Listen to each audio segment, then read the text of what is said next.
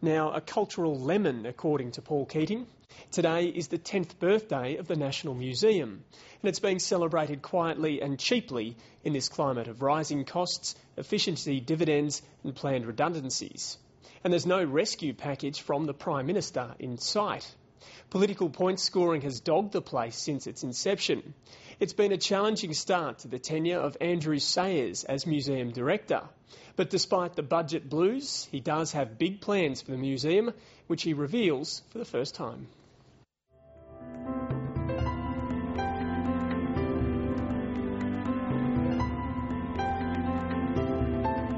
And who can tell me, what's that?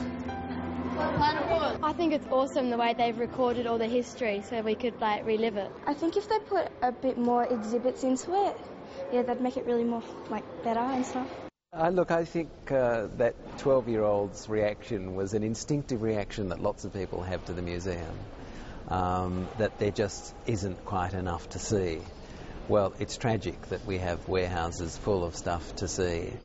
It's been 9 challenging months for Andrew Sayers as the National Museum Director. There is no doubt that we will have to cut programs. Now, for the first time, we're hearing his vision for the museum's evolution.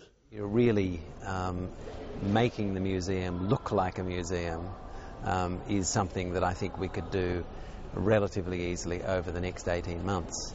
So the plan to fill this main hall with the large objects, to liberate the big objects that we have in store is something that's very doable, and I think will create a really exciting new experience. The museum director says funding has declined each year since it opened a decade ago.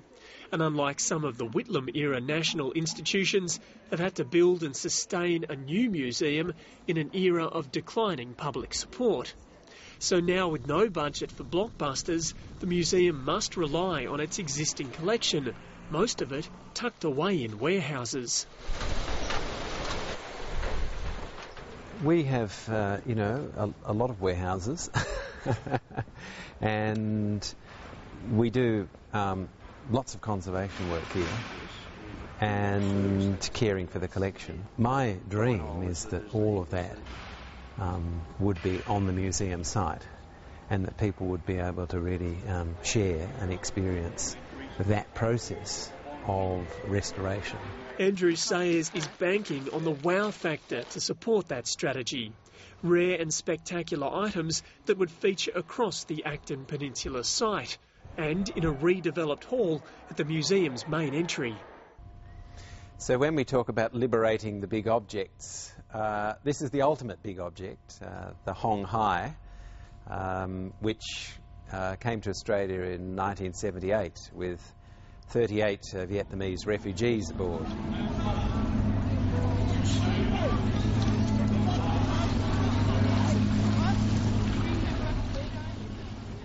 So this is one of Australia's most fantastic pieces of folk art, the Saw Doctor's wagon, and it's one of my favourite objects in the museum, and it's one of the things we want to put in the display in the main hall. I love its extraordinary eccentric detail. We've got hundreds of objects really in the warehouses, big objects that are full of evocative and fascinating detail, which really deserve to be seen in the museum.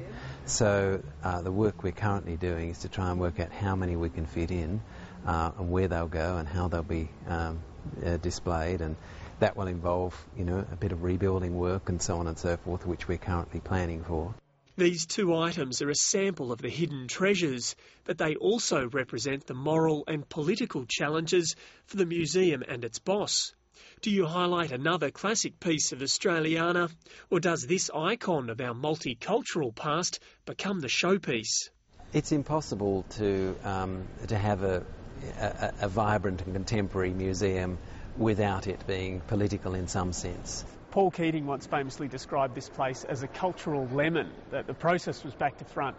Instead of getting a great collection and finding out where to put it, we work so much on this structure without so much regard as to what's going to go in it. Do you think that's fair? I don't think the museum is a cultural lemon at all. I think, you know, we always have work to do to make what we have accessible and coherent. But to say that the museum is a lemon, well, I happen to like lemons. Lemon tart's my favourite food, in fact. Lemon certainly has its place. That's right, it has its place. But as a pejorative, I don't accept that. The museum is calling for voluntary redundancies to meet those staff costs.